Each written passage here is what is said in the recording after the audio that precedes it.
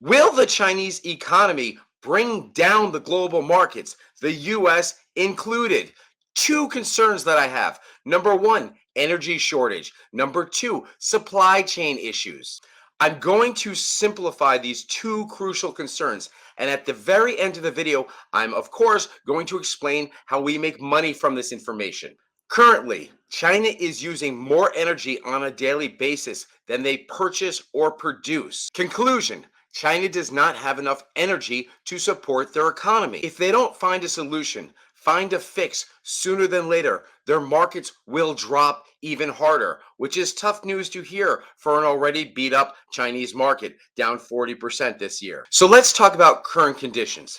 Traffic lights are out in major cities in China. Factories in China have been asked to shut down. Now, these are temporary shutdowns, but if your factory is shut down 50% of the time, you will produce 50% less product. Let me quickly explain with a math term. It's called the transitive property. It says something like if A equals B and B equals C, then A equals C.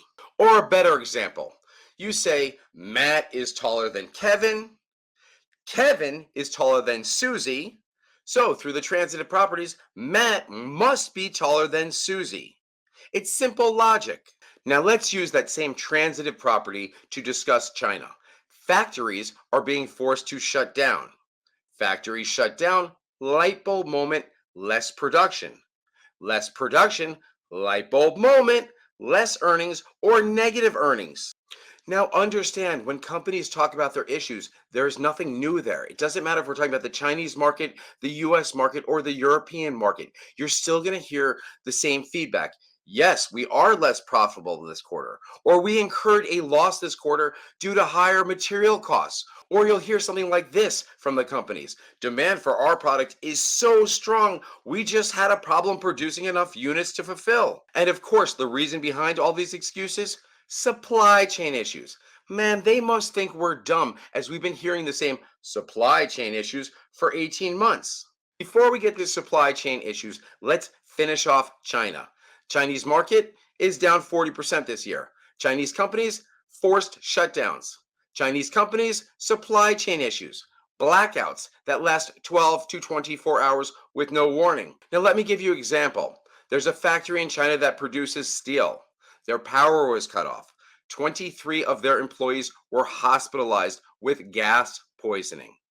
There was absolutely no warning from the government. You have additional issues that are affecting China, like the drought conditions in southern China. Now, you might be thinking about food issues. Maybe that affects the crops not having enough water. It does, but that's not what I'm thinking about. China produces hydrogen, another energy source in southern China. They need water to produce hydrogen. Without water, no hydrogen. No hydrogen, more of an energy crisis. So what is China to do? Right now, they're turning back to coal. They're producing energy using coal. Now here we are again. Higher costs, less profit, and the wheel keeps spinning. Okay, so I've explained the issues. I haven't explained the solution. The solution is you smash that like button while you're down there. Subscribe to the channel. Now, let's talk about the solution for China. Reason? China doesn't have a solution, and if they did, they chose not to share it. The reason for that: if they have a solution, they must first acknowledge that there is an energy problem. And of course, that would be one more issue for them to defend publicly. We all know what China loves to do: deny, deny, deny.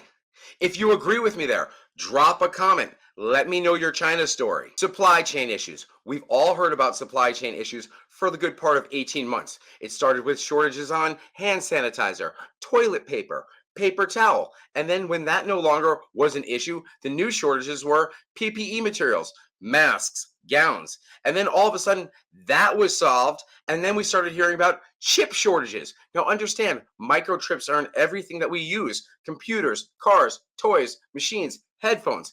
Chips cover almost everything that we use on a daily basis. When you have supply chain issues to produce an iPhone, speakers, headphones, or whatever we're buying out of China, understand, when there's a delay or a chip shortage or a supply chain shortage, you have the cargo ships waiting to pick up these goods sitting in the port. Now, when you have delays for these ships sitting in the ports, it delays or backlogs the whole process. Ships can't come in and unload, ships can't come in and pick up. Now, that's not the only variable influencing Chinese ports. China has a zero tolerance policy surrounding. So certain ports, larger ports in China, were closed for 3 to 4 week stretches. Domino effect, you can't unload the cargo, you can't load new cargo. It leads to something called bottlenecking. Let me explain bottlenecking. Say you're driving on a highway, it has 4 lanes. Everything's going smooth. Some people are going 55, some people are going 75. Then all of a sudden, the 4 lanes turns into 1 lane. Bottlenecking. Everybody must converge into 1 lane. Results could be accidents. Results could be intense slowdowns. Now, if you have a traffic cop there directing the lanes, it would likely speed up, but it's not going to make it as fast. So the same is happening in the ports. They are doing their best to speed along the process. But like the song, I guess their best just isn't good enough. Let's stay focused on shipping. Let's talk about things that we want for the holidays. Shipping delays lead to inventory shortages. With inventory shortages, we're all not going to get the gifts or the presents that we were looking to purchase for ourselves at the end of the year. Me personally, I was looking to buy a brand new 4K super huge flat screen TV, and I was looking to buy it on sale. But because of inventory shortages and supply chain issues, my sale probably will not happen. In fact, I might be lucky to be able to buy that TV as there might be shortages. And if I buy that TV instead of the sale price, I might actually pay more. Now, we haven't covered shipping costs. The rising costs of materials we spoke about. The rising costs in shipping we have not. Shipping costs have gone up 10x. That's correct, 10 times. So if a company was spending $1 million on shipping product from overseas, this year it's going to cost them $10 million.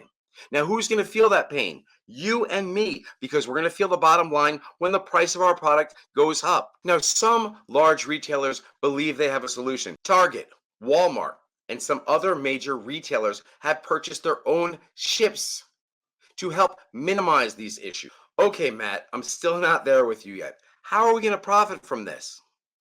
First, I need to make sure everybody understands a PE. The PE is the price over earnings. Now, for certain industries, let's say the banking industry, banks have a PE of somewhere between 8 to 10. So if you reduce earnings to get the same equation, you need to reduce the price of the stock. So as earnings go down across the board, price of your stocks across the board are going to go down. Now that's simplified. Now here's the part you've been waiting for. Let's make money with this information. Oh yeah, love this light bulb moment. Man, this Matt guy is awesome. I'm gonna be a millionaire. Pay me. Now remember, I am not a financial advisor. Do your own due diligence, and in my opinion, I wouldn't listen to anything that I'm saying. What the f? I will be looking for stocks that mention supply chain issues over and over again. I will be looking for stocks that have closed factories in China. I will be looking for stocks that pre-warn about lower sales. There are always companies that pump up towards the end of the year that do most of their sales in the fourth quarter. I will seek out these companies. I will research these companies. And if I have public knowledge that there's a slowdown, I will purchase put options on these companies. Likewise, if you have a company that's struggling down to supposed supply chain issues, but I'm reading up on that company and it doesn't seem like production is down any. In fact, they found a way to improve production capacity. Those are the kind of companies that I would be bullish on. Let me give you an example. I spoke about Facebook yesterday and the whistleblower video. Now, Facebook always crushes earnings. Now, I mentioned yesterday that Facebook is a solid bullish play. Understand, I want you leaving this video understanding that we have supply chain issues and they could potentially hurt our economy in quarter 4 and quarter 1. But I'm not trying to scare you off. I just need to make you aware of the severity of this issue. Alert, alert, alert. Russia just came out and said they're going to start producing more natural gas, which should help alleviate the issues in Europe and in China. Now, why is this so important? Because natural gas prices in the US have gone up 40% in this year. In Europe, natural gas prices have gone up 7-fold. meaning a full 700%. Don't let those kicking kickers get you down. Use the information I provide here on YouTube for you to become a more efficient trader. I drop videos every day, so let me know in the comments if there's something you want me to talk about. Now go and share this link, pay it forward. Happy trading.